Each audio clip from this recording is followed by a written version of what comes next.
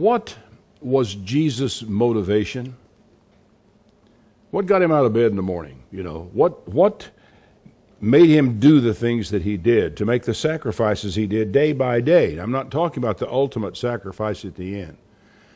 What was it that drove him day after day after day? Now, there is an answer to the question. If you'll turn to Matthew chapter 9, Matthew tells us really what it was all about.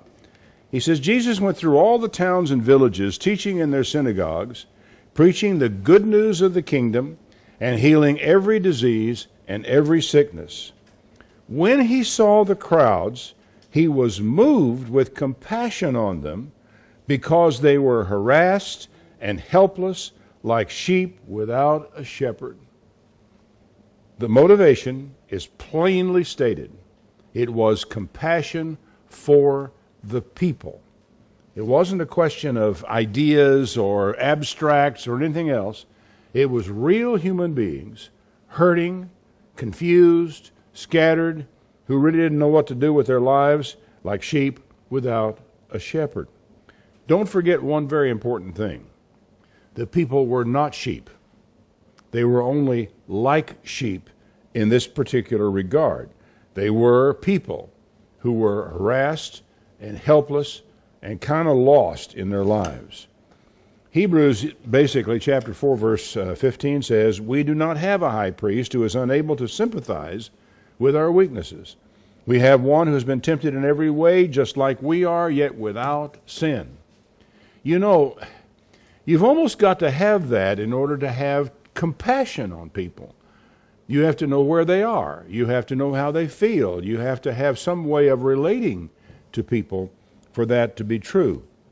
Now, continuing in Matthew 9, he said to his disciples, "The harvest is plenteous, but the workers are few. Ask the Lord of the harvest, therefore, to send out workers into his harvest field." Now, what was Jesus referencing in speaking of the harvest field? Well, there's a habit that turns up again and again and again in the Bible of the mixed metaphor. They didn't have English teachers back in those days who would beat them around the head and shoulders for doing that, but they did it commonly. So Jesus starts off with sheep. Now he turns to a harvest that's existing in the field. What is it? It's the crowds of people who were scattered, helpless, and harassed. That's what he looked at as the harvest that was out in front of them they had to deal with. Now, in Matthew, going back to Matthew 10, he called his 12 disciples to them and gave them authority to drive out evil spirits, to heal every sickness and every disease. Now, mind you, this is authority, not power, as the King James Version has it. It's a fine point, perhaps, but we don't have the power over devils, sicknesses, and diseases. If we did, we would do things differently from what we do. The power, though, is always there because it resides in Christ, it resides in God, it is with us to the end of the age. What we must have is the authority, and that's what he gave them on this occasion, was authority to do this. So we have to kind of give a little thought to that. I think it's important to know we don't have the power in ourselves to defeat disease or devils or anything else. In this case, Jesus granted the authority to do it to some. They are named. The names of the 12 apostles. First, Simon, who is called Peter, and his brother Andrew, James the son of Zebedee, his brother John, Philip, Bartholomew, Thomas, Matthew the tax collector, James the son of Alphaeus, Thaddeus, Simon the zealot, and Judas Iscariot, who betrayed him.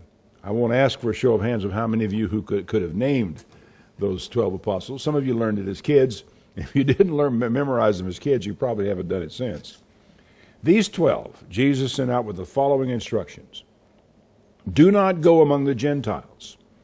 Don't enter into any town of the Samaritans. Go rather to the lost sheep of Israel, and as you go, preach this message, the kingdom of heaven is near. Now, when he says to the lost sheep of the house of Israel, he isn't necessarily sending them off to England or places like that because of the lost sheep of the house of Israel. They're going around the areas that they knew. They walked out and walked back to him in a matter of days. The lost sheep of the house of Israel were the people they ran into every day. It was the Jews, the man on the street, the people who that in the synagogues where they went, day in, day out, in the cities they went into. Whatever town or village, I'm sorry, one thing to know, these instructions, by the way, are specific for this assignment. It establishes that those who preach the gospel may be supported by those to whom they preach it. He said, heal the sick. I better go back and say you consider their instructions. Don't go among the Gentiles, go to the lost sheep of the house of Israel. As you go, preach this message. The kingdom of heaven is near. Heal the sick, raise the dead, cleanse those who have leprosy, drive out demons. Freely you have received, freely give. Do not take along any gold or silver or copper in your belts. Take no bag for the journey. Don't take an extra tunic or sandals or a staff, for the worker is worthy of his keep. Now, as I said, these are quite specific for this task at this time, and it's important because it establishes that those who preach the gospel will have to ultimately be supported by the people they preach to. The people who had to learn this lesson most were the 12. They had to realize that they had to go out there with confidence, they had to preach to the people, and they had to rely on the people as the people were relying on them. Very good thing for them to have to do. Those instructions would later be changed for the long haul. He then says, whatever town or village you enter, search for some worthy person there and stay at his house until you leave. Another place I think it says, don't go from house to house. Some people take that as meaning that it would be wrong for us here at White House if we decide to do it, to go walking around neighborhoods, knocking on doors, going from house to house to house, maybe handing out a little brochure saying, we're Christian Educational Ministries. We're over here across the street. We have services that you can get from us. We want you to know we're here. Some think that's wrong to do that. That has nothing to do with that at all. The statement, don't go from house to house, means basically when you go into a town, find a place to stay and stay put. If you don't like the food, eat it anyway. If the bed's not comfortable, sleep on it anyway. Don't go trying to improve your circumstances by moving around. Now, I don't know if you might want to make that as a discussion point for later, because it's kind of an interesting thought as to why this is important, that you come to a place, find a place to stay, and stay put. Keep it in mind. And now for those of you who are out there on the tape program later on, I'm sorry you can't be here for that question. Maybe one day we'll be able to remedy it with a live chat room, and you can tune in with us. So anyway, out they go. If anyone will not welcome you, as you enter the home, give it your greeting. If the home is deserving, let your peace rest upon it. If it is not, let your peace return back to you. But don't go somewhere else, just stay put. If anyone will not welcome you or listen to your words, shake off the dust of your feet when you leave that home or that town. I tell you the truth, it will be more bearable for Sodom and Gomorrah on the day of judgment than for that town. Now that is a little bit spooky to think about. On the other hand, Sodom and Gomorrah never had the chance that these people would be having. And so consequently, the obligations are upon those who did have the chance. I'm sending you out like sheep among wolves. So, be as shrewd as snakes and as innocent as doves. I like the King James better. Wise as serpents and harmless as doves. I tell you be on your guard, though, against men. They will hand you over to the local councils and flog you in their synagogues. Now, I take it from these instructions that you should avoid that if you can. Don't go out looking for or provoking or trying to say, well, I want to be flogged because it'll give me a higher position in the kingdom of God. There are people who think that way. He said in this, be on your guard against men. Because some of them are going to betray you, some of them are going to hand you over to the local council, and you'll end up getting flogged, of all places, in a synagogue. I presume that must have happened. Nevertheless, we have full authorization to avoid it by watching out for what we're in if we can manage it. On my account, you will be brought before governors and kings to witness to them and to the Gentiles. But when they arrest you, Don't worry about what to say, and don't worry about how to say it. Boy, that's easier said than done. If they got me on a charge and locked me up somewhere and I'm going to have to go before these people, I wouldn't sleep at night. I'd be lying awake all night long thinking, now, if they say this, I'll say that. What do I say if they say that? It says don't do that. I don't know if I ever have to face it where I'll be, but I hope that I can remember the scripture and get some sleep instead of lying awake figuring out how I'm going to answer all these questions. Anyway, don't worry about it. At the time you will be given what to say, for it will not be you speaking, but the Spirit of your Father speaking through you. Now that is an awesome promise to consider, and to realize that I'm in jail, I'm going to be called for an answer tomorrow. I don't have to think about this because I can worry all night and get my script together, and I won't be allowed to give it. God will speak through me in these circumstances. Brother will betray brother to death, a father his child, children rebel against their parents and have them put to death. All men will hate you because of me, but he who stands firm to the end will be saved. And when you are persecuted in one place, flee to another. I tell you, you will not finish going through the cities of Israel before the Son of Man comes. Now, I'm not sure how to take that. I think many people take this as a reference to his second coming, but he doesn't say that. He just says until the Son of Man comes. For all I can tell at this, he is saying you won't finish going through all the towns until I have come behind you and we get back together again and we'll go on from there. I really don't know. He does say this, a student is not above his teacher, nor a servant above his master. It is enough for a student to be like his teacher and the servant like his master. If the head of the house has been called Beelzebub, then what do you think is going to happen to the members of his household?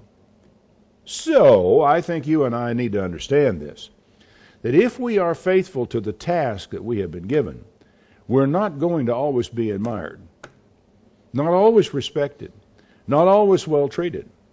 That sooner or later you're going to do absolutely the right thing and get called Beelzebub or worse for what it is that you're trying to get done. Now, up to this point in all the stuff we're talking about here, what can you take away from this? What motivated Jesus? It was people. It was hurting people. It was confused and hurt and helpless, harassed, troubled people that concerned him. And I don't want to put too fine a point on it, but it wasn't doctrine.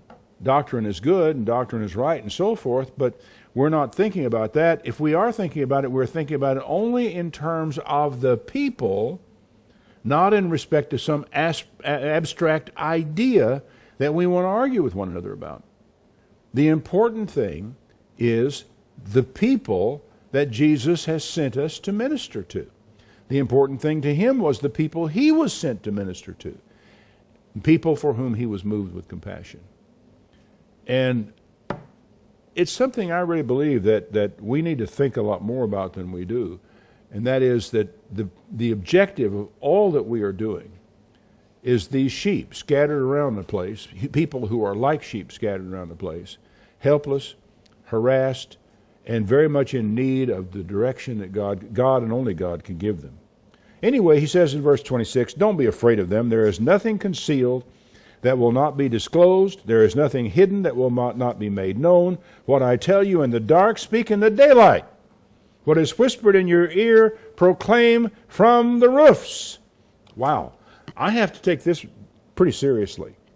And it speaks very much to the content of the broadcast. I try not to be confrontational in my presentation. I try not to be argumentative in my presentation. But there does come a point in time where you have to tell it like it is. And this is something that more and more these days I feel inclined to address myself to and have recent programs in some pretty strong terms.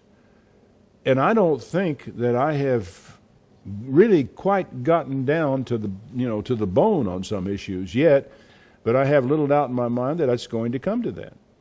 And I don't know where we'll go from there. I really doubt that I'll wind up in jail in this life. But it could happen. It could happen. Even it may not happen to me. It may happen to whoever comes along behind me. I'll rather leave that task to whoever that might be. But I do think that the time is going to come when there will be a famine of the Word, when there will be a time when the gospel isn't heard very much, when it isn't wanted very much, and it will only be the people who are in deep, dark trouble who will be ready to listen. And so where are we going to have to go? We're going to have to go where the people are in deep, dark trouble. Well, as I say, I try to be non-judgmental on the program. There's no reason to provoke anger on purpose. In Proverbs chapter 30, an old scripture I memorized years ago, and I hope I never forget it. In the NIV, it says, if you have played the fool and exalted yourself, or if you've planned evil, clap your hand over your mouth. Now, this was always fun to me in college because I was dean of students. I had the enviable task of discipline where the students were concerned. And so, if students being students, they would inevitably play the fool. I remember one time when the dorms where we were in Bricket Wood, they were larger rooms, and there must have been about, 6, 8 guys in one room. Well, this one room went into town, into London for a big outing on the town. And guys from another room down the hall decided they would play a prank on them. They went in, broke down the beds into bunks, and moved them completely out of their room, leaving their room completely empty. Guys came back from a night on the town, late, tired, worn out, marginally sober, only to find that their room was empty. Guess who got to hear about this the next morning and deal with it? So I lined them all up in the hallway, and I walked up and down the hallway talking to them about that. I quoted this scripture here, about how it is a sport to a fool to do mischief. And what have I got here but a pack of fools? Anyway, the thing you need to understand, and what's always funny about it is the guys will always try to explain. Well, I'm not really that kind of person. I didn't mean that to be that, the explanation comes. That's not what Proverbs says you should do. If you've played the fool, if you've been stupid, shut up. Why?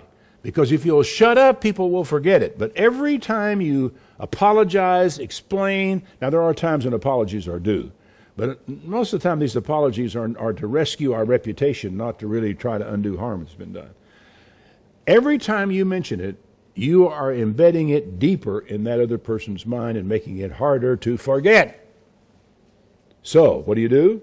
Well, this is very good here. Actually, King James says, lay your hand on your mouth. The NIV says, clap your hand over your mouth. For, as churning the milk produces butter, as twisting the nose produces blood, so stirring up anger produces strife.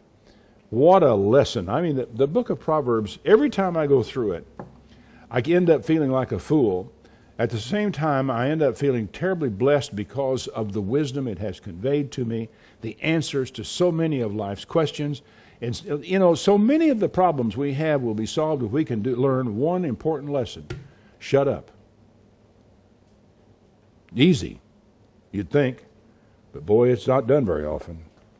Do not be afraid, Jesus went on, of those who kill the body but cannot kill the soul. Be afraid of the one who can destroy both soul and body in Gehenna. Hell in this passage is Gehenna, a place near Jerusalem where bodies were burned. Not everybody who died, by the way, was buried. Some people were disgraced and their bodies were burned.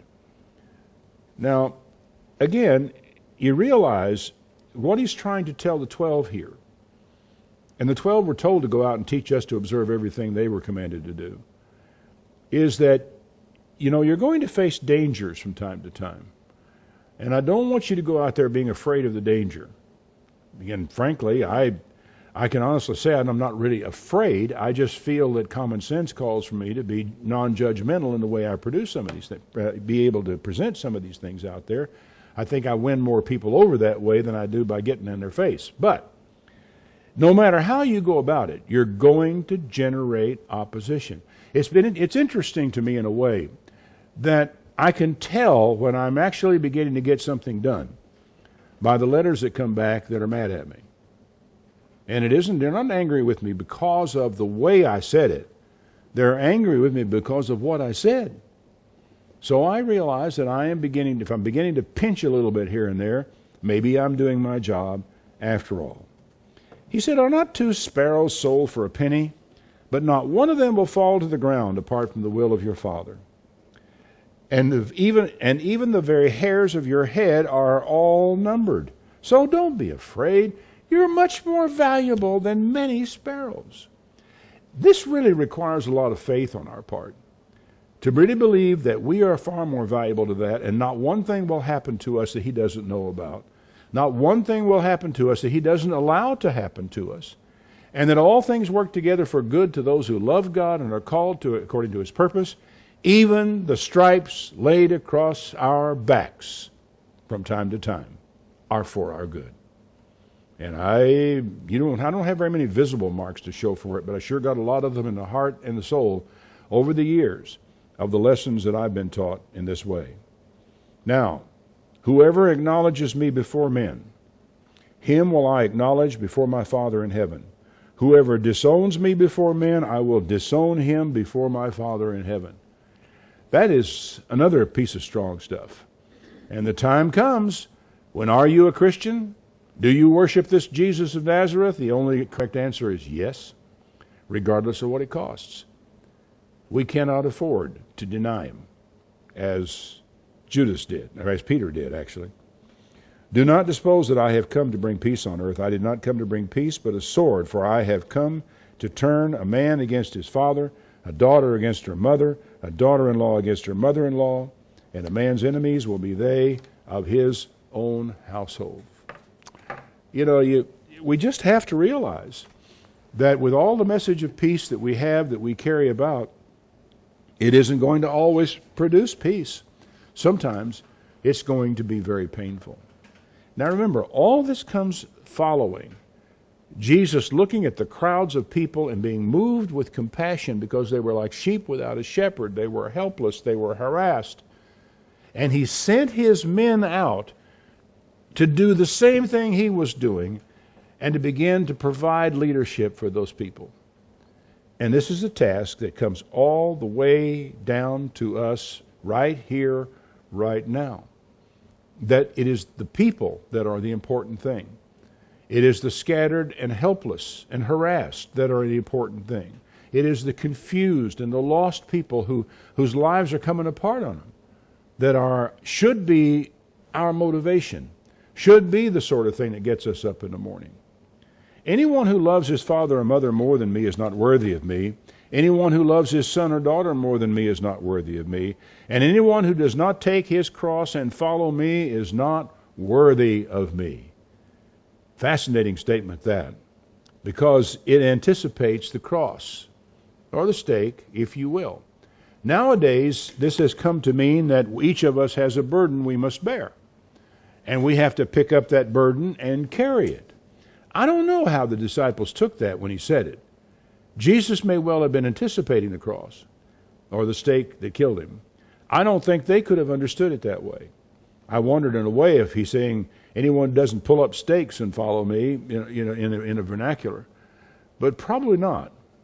Probably he means is foreseeing, foreshadowing, so they would understand it later. He was going to have to bear his cross up to Calvary to be crucified. And what he is saying is, whoever does not pick up and bear his cross and follow me is not worthy of me. Now, I don't know what your cross is. I don't know what your burden is. I know mine. I know the things I have to face. I know what I have to do. And my task is to pick them up and carry them. But I don't have to carry yours. You have to. Whatever it happens to be. So we need to remember that. Whoever finds his life will lose it. Whoever loses his life for my sake will find it. He who receives you receives me. He who receives me receives the one who sent me. Anyone who receives a prophet because he is a prophet will receive a prophet's reward. How about that? I would say a prophet's reward is pretty high. And the person who receives him as a prophet gets the same reward. Fascinating. Anyone who receives a prophet will receive a prophet's reward. Anyone who receives a righteous man because he is a righteous man will receive a righteous man's reward. And if anyone gives a cup of cold water to one of these little ones because he is my disciple, I will tell you the truth, he will certainly not lose his reward. Now, this is kind of interesting here. Little ones in the Greek is mikros, which basically means small, least. And what does he mean by that? Is he saying, everyone who gives a cup of cold water to these little ones because the giver is my disciple, he will not lose his reward? Or is he doing it because the recipient is an unimportant disciple?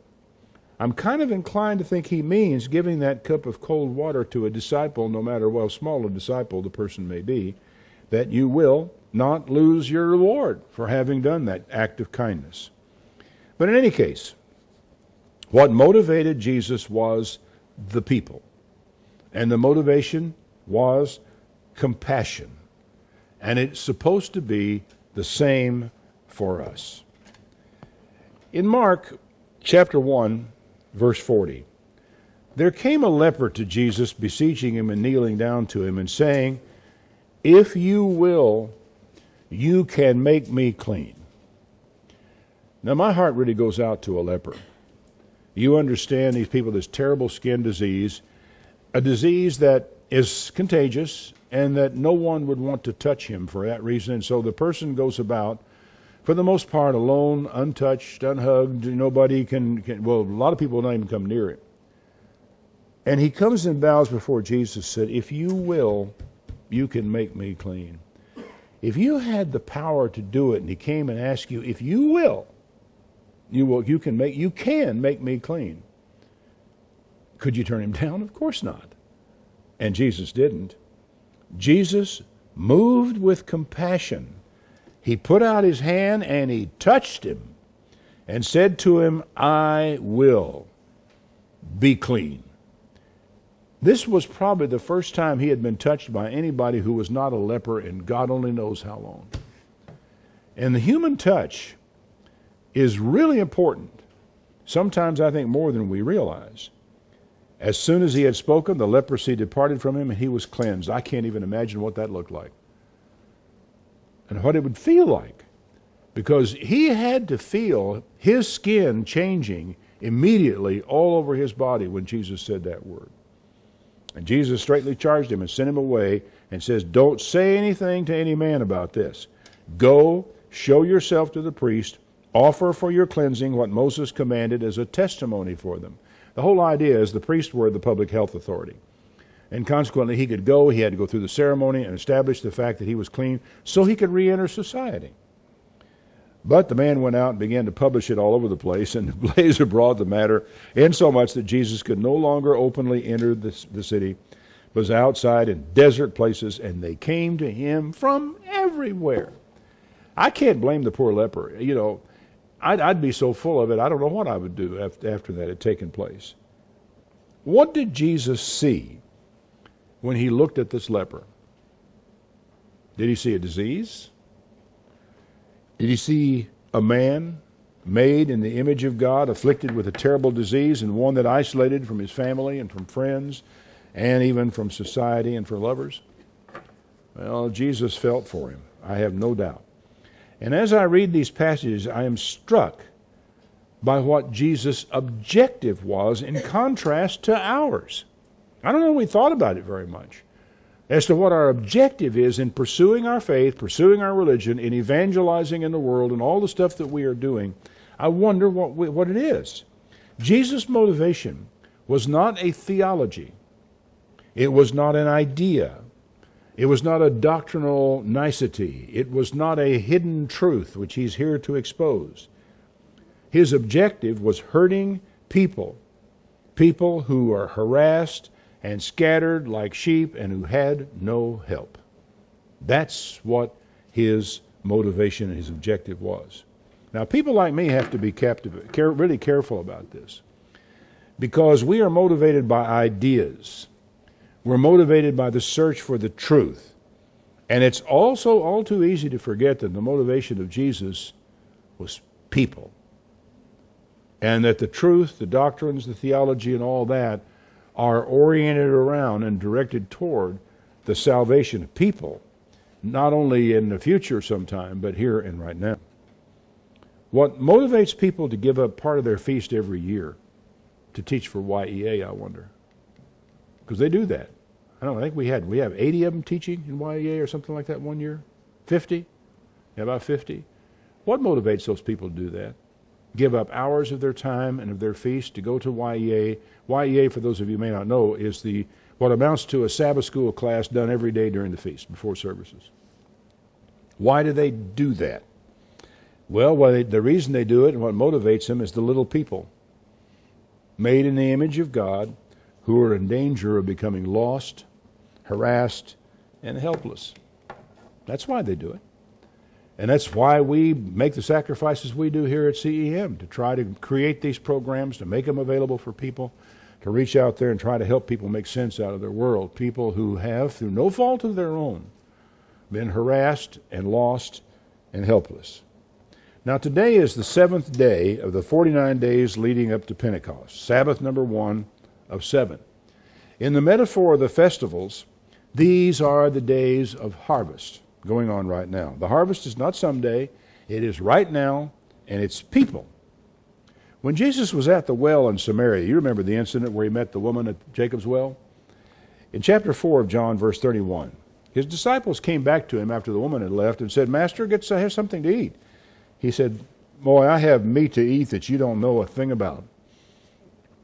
The disciples wanted to know. Says, "Well, I wonder, has somebody brought him something to eat?" And Jesus said, "No, my food is to do the will of him that sent me and to finish his work."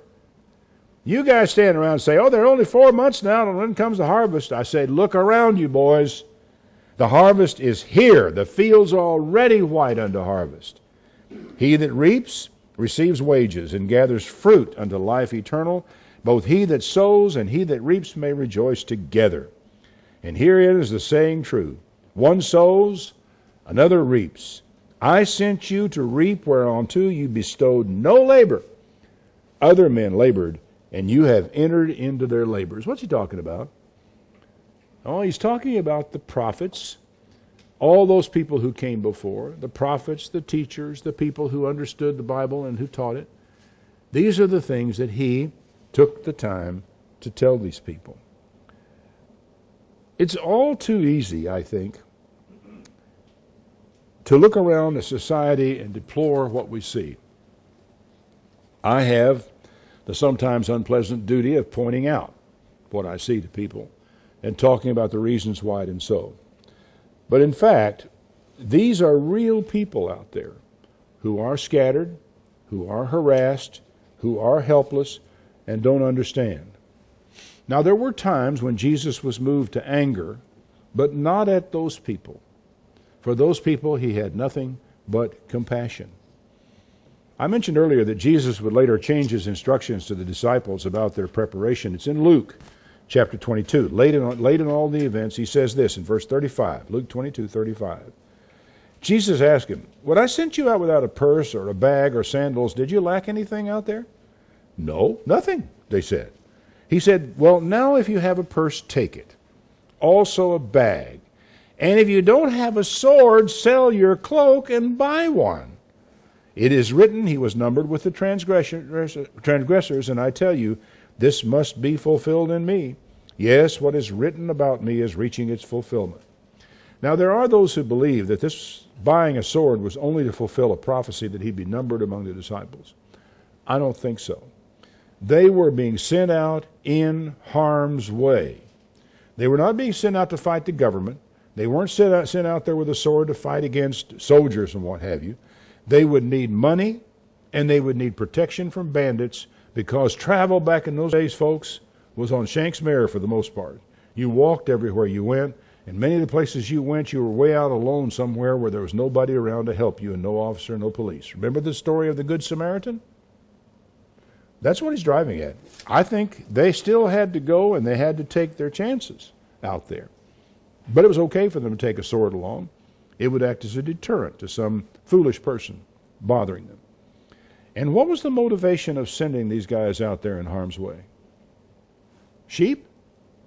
No, people who were scattered, harassed, and helpless like sheep without a shepherd. Now, how does all this speak to us? Well, we are also a people scattered, a remnant as it were, of those who believe in God.